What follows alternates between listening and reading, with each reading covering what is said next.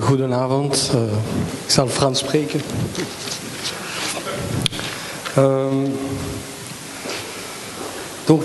Les arts urbains, nous travaillons tous les deux dans cette association qui s'appelle comme ça. C'est une association qui a été fondée en 77, mais qui travaille depuis une quinzaine d'années sur les cultures urbaines. Alors les cultures urbaines, il y a un malentendu sur cette appellation, elle vient de France. Et on a donné ce nom pour désigner les cultures, en fait, pas les cultures de la ville, mais les cultures qui sont nées en dehors de la ville, donc dans les banlieues, dans les quartiers populaires, qui posaient des gros problèmes dans les années, à partir des années 80. Alors, chez nous, ces cultures urbaines sont apparues dans les années 80 aussi. Alors pour décrire ce que c'est, donc au centre des cultures urbaines, il y a ce qu'on appelle la culture hip-hop, breakdance, DJ, le rap, les graffitis. Mais par la suite, cette culture s'est vraiment élargie très fort et il y a d'autres formes qui se sont jointes. Le slam, le street art, il y a du théâtre urbain, il y a même de la littérature aujourd'hui.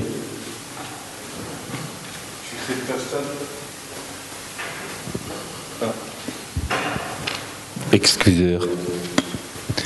Je suis cette personne qui n'a pas l'habitude de venir dans ce genre d'endroit et qui trouve que les gens sont incroyables. À cette personne, j'aimerais bien dire que si d'autres s'en étaient rendus compte plus tôt, beaucoup des miens auraient évité la noyade. Je suis cette personne qui part en impro parce qu'au fond d'elle ça brûle, parce que les mots sont trop sauvages, trop vifs, trop spontanés, trop bruts. Suspendus dans l'espace-temps, ça sent l'urgence, mais une feuille ne peut faire office de civière ou bien d'ambulance. Donc les mots sortent, certes pas indemnes puisque c'est la loi du plus fort qui régit ma bouche et percute de plein fouet les tempes de l'auditeur, mettant le silence sur la touche. Les cultures urbaines, c'est un vaste courant qui est très puissant à Bruxelles. C'est un courant de sensibilité, d'expression artistique, d'engagement. C'est une façon de s'habiller, une façon de parler qui au début était juste destinée à une minorité, mais qui aujourd'hui est devenue excessivement importante, voire peut-être même dans certains moments majoritaire. Au début, c'était les jeunes qui étaient dans ces cultures urbaines. Mais au bout de 20 ans, ces jeunes ne sont plus si jeunes, ils ont même des enfants. C'est encore une culture populaire, mais de plus en plus de gens de la classe moyenne, de jeunes de la classe moyenne rejoignent et adhèrent à cette culture. Le bateau chavire, faut se battre pour son avenir. Les coups de bâton arrivent, c'est l'explosion des martyrs. Je tire dans le tas, appelle-moi l'inspecteur Harry. Entre rage et calme, c'est dans ces eaux que je navigue. On est en 2011 ou bien en 86.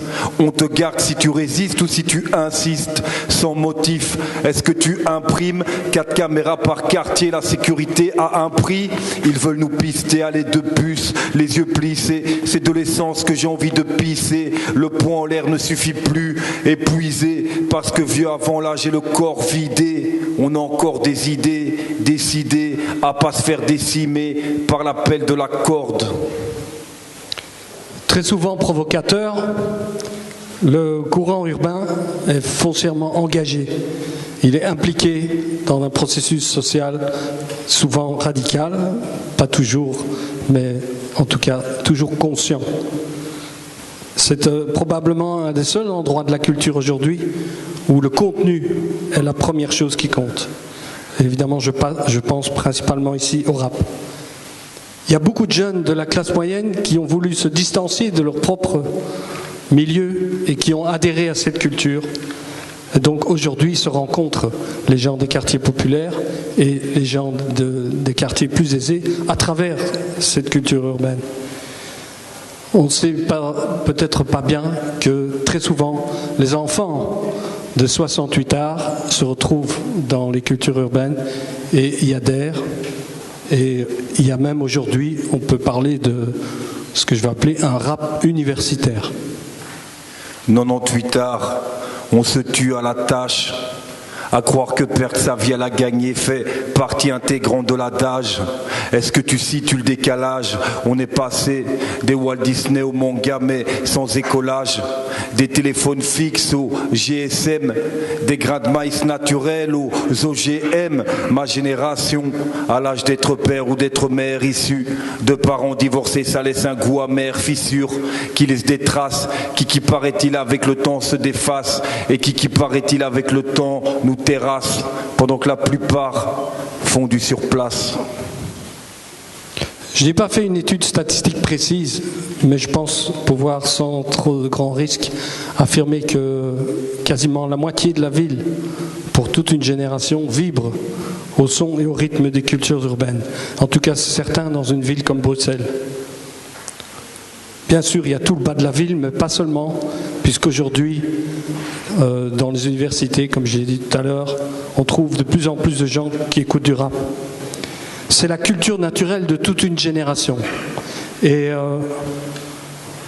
il y a 30 ans, quand on entrait dans une prison, on savait que tous les détenus connaissaient la chanson « Les portes du pénitencier » de Johnny. Aujourd'hui, quand on rentre dans une prison, ça, nous le savons très bien, ils connaissent tous par cœur les textes de Mafia Cafri, et surtout, et ça c'est nouveau, ils écrivent eux-mêmes.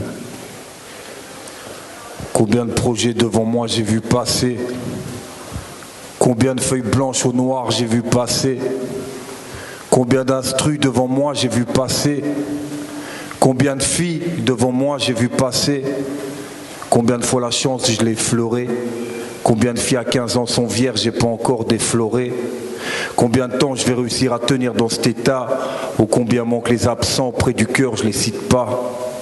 Combien d'enfants apparaîtront chez Tial Focus? Combien disparaîtront à cause du silence de faux cul?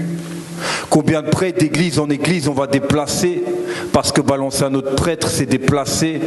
Combien de stylos vont devoir encore couler pour donner demander des nouvelles aux proches écroués?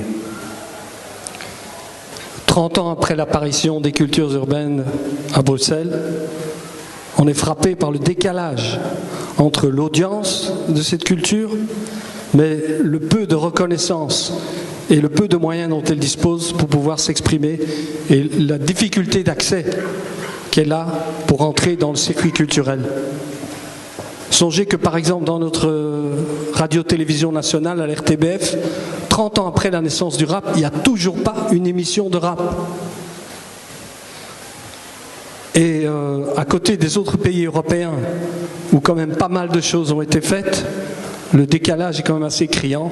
Et la Belgique, dans ce domaine, semble un pays extrêmement conservateur.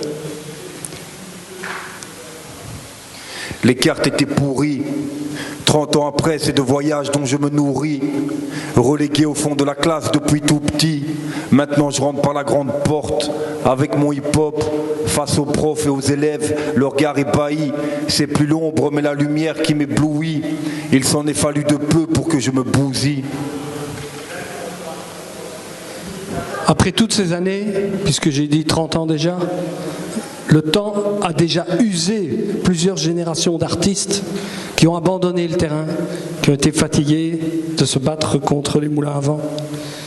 Il y a plusieurs générations de danseurs, de rappeurs, de musiciens qui ont laissé tomber. Et ils sont usés, c'est comme s'ils avaient été usés avant d'avoir été reçus. Laissez passer le vétéran, laissez passer donné par la persévérance. T'inquiète pas pour les batteries, les battements de mon cœur sentent la grotte mais pas encore le tapis. Écoute papy qui fait de la résistance, quand le son danse dans tes oreillers s'éparpille. Apportez-moi ma canne, oh on veut m'enterrer, l'ambiance est macabre, oh est macabre. Merci, dank u wel. Dank u, merci.